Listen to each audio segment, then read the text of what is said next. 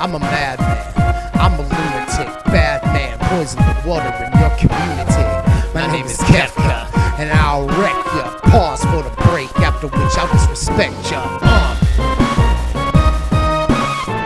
What's up, my wizards? Dev, SBMTG, down there on the YouTube's got decks and stuff. Here's the thing that a lot of people are super stoked for, and I don't blame them. Been playing with the deck for a while now, 2 different versions of it, and it's awesome. I'm going to give you a double deck tech today, one budget, one competitive. We're going to talk about Black-Red Vampire Madness. Crazy vampire people. Quick pointer on Madness, because a lot of people are seeing this ability for the very first time. Most asked question is, can I play creatures and sorceries and such with Madness on my opponent's turn, instant speed, whatever? Yes, you can totally do that. Whenever you discard a card, you can play a card with Madness regardless of what its type is and regardless of when you're doing it.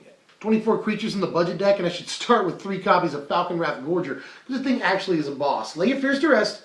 It's actually a good card, I promise you. I do want to point out that price is like half the cost of the deck right there on pre-order, and that'll probably go down, but the card is very important to the structure of the deck, and $3 is the most that we'll spend on a single card in the whole deck. One thing I want to say about this card, I was worried it would be a really bad top deck, and it's not the best top deck ever, but there's one thing going for it that I hadn't really foreseen when I was looking at the card. Now that I've played with it, I can see it. You draw it late, say in top deck mode, which definitely happens in this deck. You discard cards a lot.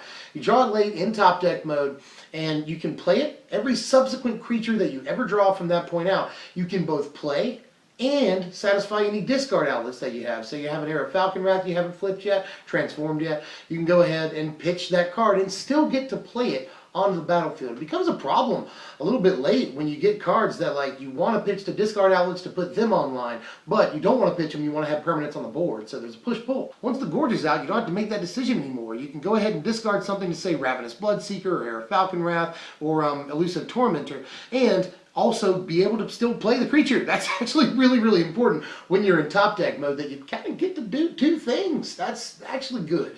I'm playing one more 1-drop here, and that's Indulgent Aristocrat, just the 1-of copy, and it's proven to be pretty good when I do see it, but you don't need to see it all the time or anything. In the budget deck, we don't have the same options that we do in the competitive deck. The competitive version, we have Olivia, we have Drana, and we have a couple of other things. In this deck, we don't have that at all. So this is definitely the easiest and cheapest way to put a bunch of counters on our whole team, which can be good in all kinds of situations, and can be done at instant speed. So yeah, the card is actually pretty good when you see it. 4 copies of Heir of Falkenrath in the deck, and hey Ziggy. And this is like a super duper key amazing card in the deck. Turns out this thing is also really real. You play this on turn 2, you transform it on turn 3, often discarding, say, a Fiery Temper or a Lightning Axe, and it still gives you mana left over to play any like 2 mana guy in the entire deck, or a 2 mana spell for that matter. So, have absolutely loved this freaking thing, and is incredibly aggressive when it turns over, when it transforms on turn 3. You're dealing 3 flying damage like most of the time, especially in a format that doesn't have Manus Rider anymore. So, this card is awesome. 4 copies of Olivia's Bloodsworn in the deck. This is sort of our forerunner of Slaughter, you know. It doesn't have the 3 power, but does fly. We don't care that it doesn't block, you know. We're super aggressive. We could care less. Really, I'm just worried about the interaction between Bloodsworn and Falkenrath Gorger, because it's awesome to like have a Gorger out and, say, a Ravenous Bloodseeker. You discard something to Bloodseeker, make it bigger, play it with Madness, and you can also give it haste that same turn. I mean, that seems like a pretty good turn to me. So all those cards work in conjunction very well. 4 copies of Ravenous Bloodseeker. This is sort of the other 2 mana discard outlet. You know, Heir of Falkenrath is way better, but I do like some things about this card. First of all, we just need another 2 mana discard outlet that stays on the board. That's important. But moreover, this card sort of gives you a subtle option to either block that small guy and say no harm, no foul, our creatures stay alive, or discard something, get the Madness, and trade up. You know, we can kill a 3 toughness creature with this and play a card with Madness at the same time, which is pretty hot value and sometimes worth the trade. So that option is there, and it's definitely worth pointing out. 4 copies of Incorrigible Youths. In the budget deck, this card is amazing, it turns out. On turn 3, there's the old trick a lot of people are talking about. It's already an old trick. Heir of Falkenrath on turn 2, turn 3, Incorrigible Youths swing 7 by swinging both creatures. You can also do that with Bloodseeker, by the way. If they have no blockers, it's, you know, it's almost guaranteed 7 damage. Incorrigible Youths has been pretty darn good, it turns out, when you can do that. It doesn't happen all the time, but we are playing, you know, 8 2-mana discard things and 4 copies of Youths, so definitely a play that comes up from time to time. In the budget deck, our finisher is going to be 4 copies of Elusive Tormentor. Competitive players should probably stick with Kalitas. There, I said it right. But in the budget deck, this card's actually been super good. I'm actually kind of stoked about it. If they target it with any removal, just pay 1, transform it, and that removal is nullified. The only things that can really kill this are Languish and Languish in the format, you know, once it flips over at least. So, and when it does flip over and you swing in, it's a more or less guaranteed 4 damage, which can be pretty effing good. So, and it's a, you know, Madness outlet, you know, discard outlet for Madness. So, a lot of good things about this card. Virtually unkillable, which usually makes for a pretty good card. We're playing 12 spells in the deck, and a lot of 2-ofs exist here in our spells. That's because we want to do some very specialized things, and we just want to use certain slots to do those things. Starting with 2 copies of Duress, that's an example, because we want to be able to get removal into especially sweepers out of their hand. The deck is pretty vulnerable to sweepers, especially Languish.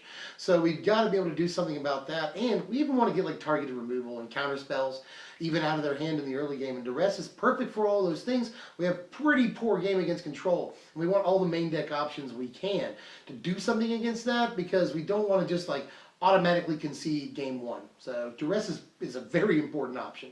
And even if we're not up against control, it does lots of things for us against lots of decks. I'm playing 2 copies of Lightning Axe, which you may notice I'm counting as a 1-drop. I have yet to play this for its full mana cost. I have only ever played it for 1. And the card is fantastic. It turns out I've just really liked a lot about Lightning Axe. It's like feels better than Roast to me. Lightning Axe almost always finds a target and is always cast for 1. So I'm actually thinking about upping the copies, but it's just traditionally you want to play something this highly specialized, add a 2-of, but I think it could be a 3-of, even though it only hits creatures. I think it could. We're playing 2 copies of Sinister Concoction here, because it's a Madness outlet that kills a guy for essentially 1 mana, you know, 2 mana spread out over 2 turns, or just 2 mana all at once. And we don't really care about putting the card from the top of our library. Who cares? We don't care about the life. Just kill that guy for as cheaply as possible and allow me to discard a card. We're playing 2 copies of Macabre Waltz. They want to Languish us? That's totally fine. We'll use this, get 2 guys back into our hand, and Fiery Temper them. Who cares, you know? So just really, really good response to a Languish, Radiant Flames, Kozilek's Return, whatever they do, you know? So definitely, I think, worth main decking this. 4 copies of Fiery Temper, because Fiery Temper is just probably the best card in red that they'll preview with Madness for just like mainstream play, you know. They may, you know, print something that gets a little bit of play out of red, but just Fiery Temper is just the quintessential utility Madness card. And we have to play all 4 copies because at times it's a lightning bolt. As a matter of fact, kind of often it's a lightning bolt. And this feels sort of unfair occasionally, because you're like, I just played Lightning Bolt in Standard. But honestly, this might be like one of the most powerful cards in the entire deck. Like, even if you're playing it for 3 mana, you don't care. You know, whatever. Just deal damage to your face. And it's very important for its ability to do that too, you know. Put your opponent in range of burn. Burn them out with a Fiery Temper or 2. It happens. Here are the lands in the budget deck right here, and really, you know, I'd like to play Smoldering Marsh if you had the money to do that, but this is all we really need to do. I mean, we've been playing, you know, way back in the day, we used to play nothing but basic. Totally fine with that. And yeah, there are probably some lands that you could use if you wanted to use the tap lands. They're just red-black, you know. You could do that. You could play more Evolving Wilds if you wanted to, but this spread has worked just fine for me, to be honest with you. Here's our sideboard right here. It's just basically pretty cut and dried, you know. More Duress. We're playing Fiery Impulse to deal with, you know, very small ball aggro. We're playing Lightning Axe just so that we can play more Lightning Axe. You know, I've already talked about I want to do that in the main anyway. Self-Inflicted Wound, very important against a Jutai, which there's really not that many checks and balances in the format for. Although we will have 2 of the Slaughter, so there's that.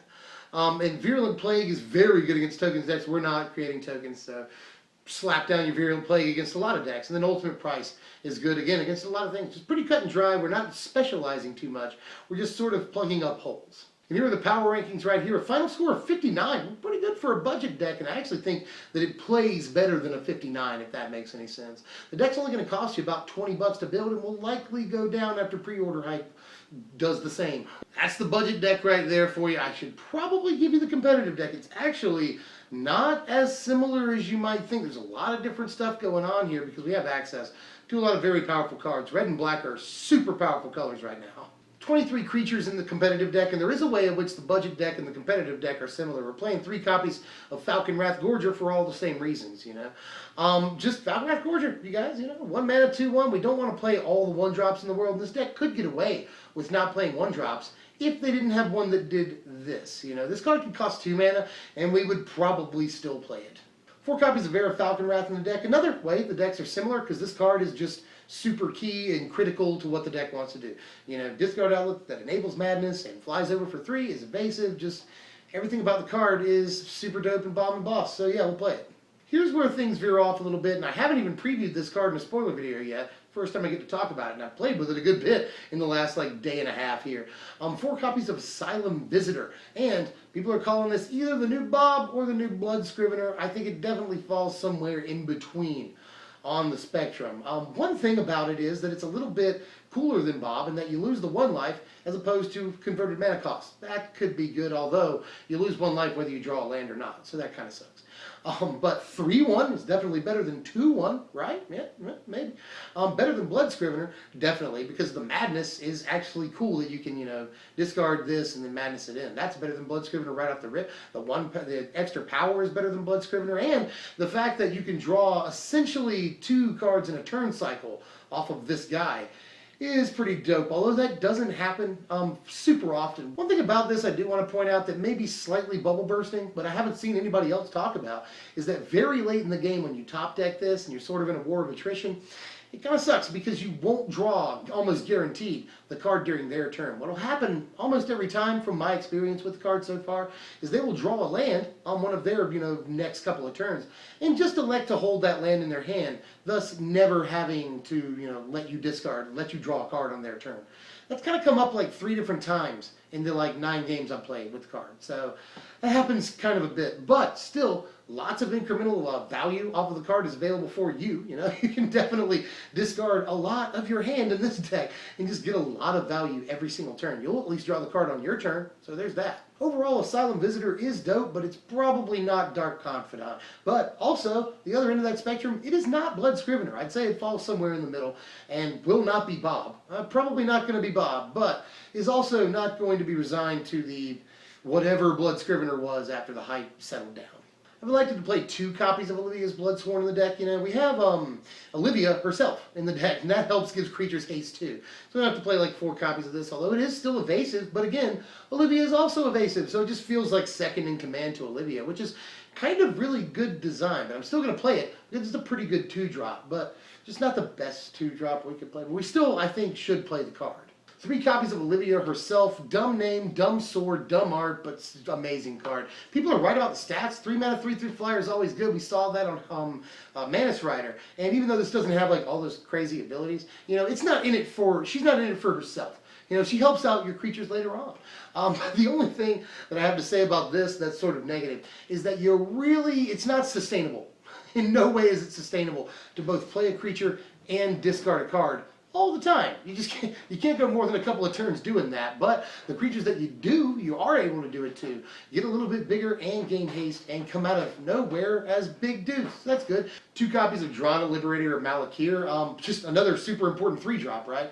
But I want to play 2 of her, 3 of Olivia. I think Olivia is a little bit more important. But the card works pretty well with Olivia, Turn 3 Olivia, turn 4 haste this out. And giving it haste makes it a little bit more likely that it will go unblocked. So there is that. And then just give the rest of your team, including Olivia, a buff. So yeah, Drana's been pretty good, especially just after Olivia. That's where I do like to see her, but is also good with Olivia's Bloodsworn. That's not bad. Really, really good with Falkenrath Gorger, as are all of our vampires, but our 3-drops are fan-freaking-tastic with Gorger.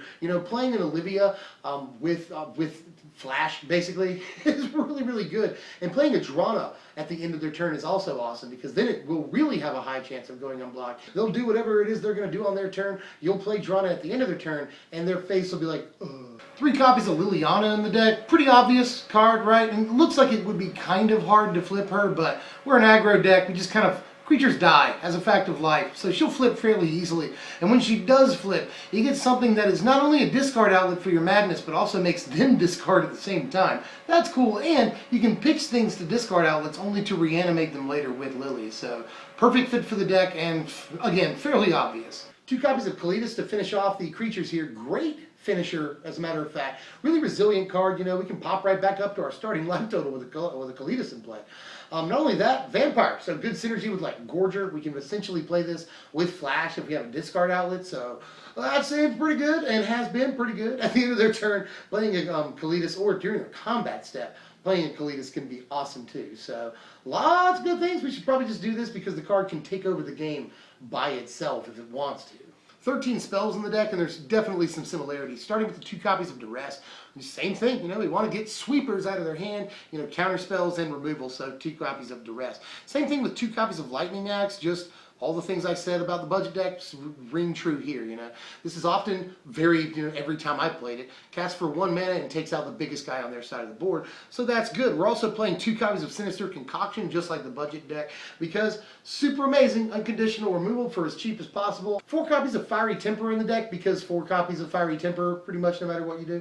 And then 3 copies of Kolaghan's Command, which I booted out Macabre Waltz for, because this card is just a way better version of Macabre Waltz. Note that it does say target player discards a card, so you can use this as a madness outlet in a pinch if that's what you want to do. Not only that, but really important, it can put creatures back in your hand that you discarded for, discard outlets that didn't at the time at least have madness. So that's a very important thing to consider with Kolaghan's Command. Just card is really good. Card is really freaking good.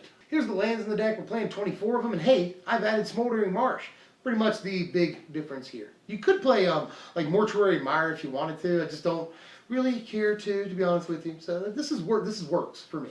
And here's our extraordinarily similar sideboard. I think the only thing at all that we've changed is we've made room for Transgress the Mind, mostly because of the presence of Asylum Visitor in the deck. We want to have as many ways, not only of getting sweepers and stuff out of their hand, another thing that Transgress does, just like Duress does, but this is able to, maximize the number of cards that will help us get cards out of their hand so that we can draw more cards off a Visitor. It does, little push towards that direction is always good. And here's the power rankings for the deck, a final score of 70. And people that watch the channel will know that that is a pretty darn good power score, up there with some of the more powerful decks that we've done. I think it's just because it's so good in the categories that it's good in, and is not really necessarily bad at anything. You see, there's no categories that are lower than a middling grade here. And that includes things like defense, because we've got, a fair amount of defensive cards. We've got ways to just kill creatures outright. We've got things that deal damage, things that do a lot of damage. Just to creatures. So this is actually a fairly well-rounded deck that the only problems is it sort of runs out of gas a little bit too early, and that hurts its resiliency. But in this deck, we get a higher resiliency mostly because of Kolaghan's Command and how good that card is. And this deck right here will cost you about $200 on TCG Player, which is a pretty penny, but again, way less than a playset of Jace's will cost you. So this standard, note there's a lot of powerful cards in this deck, and $200 is not really the worst price tag ever for a fairly competitive deck. Or at least I think it is. So proxy it up, shuffle it up, play the games, and let me know how you feel about this one. Next up, I think I may build Esper Control, and yes, I do think Esper Control is possible. I do think 3 colors is possible. Right now, for Esper, we have Shambling Vents, we have Kazel Koilos, we have Prairie Stream, we have Sunken Hollow, the battle land that's black blue. We have a lot of ways to make 3-color decks in the format. I think Esper Control is still looking pretty strong, so I might build that next, but let me know what you want to see. I'll get right on it. And yes, I'll build Werewolf soon. I've already gotten emails requests for it. If you enjoyed the content, do me a solid like, share, comment, and sub if you're new. And I'll see you guys later. I'm Dev from SBMTG. Thanks for watching, my wizard.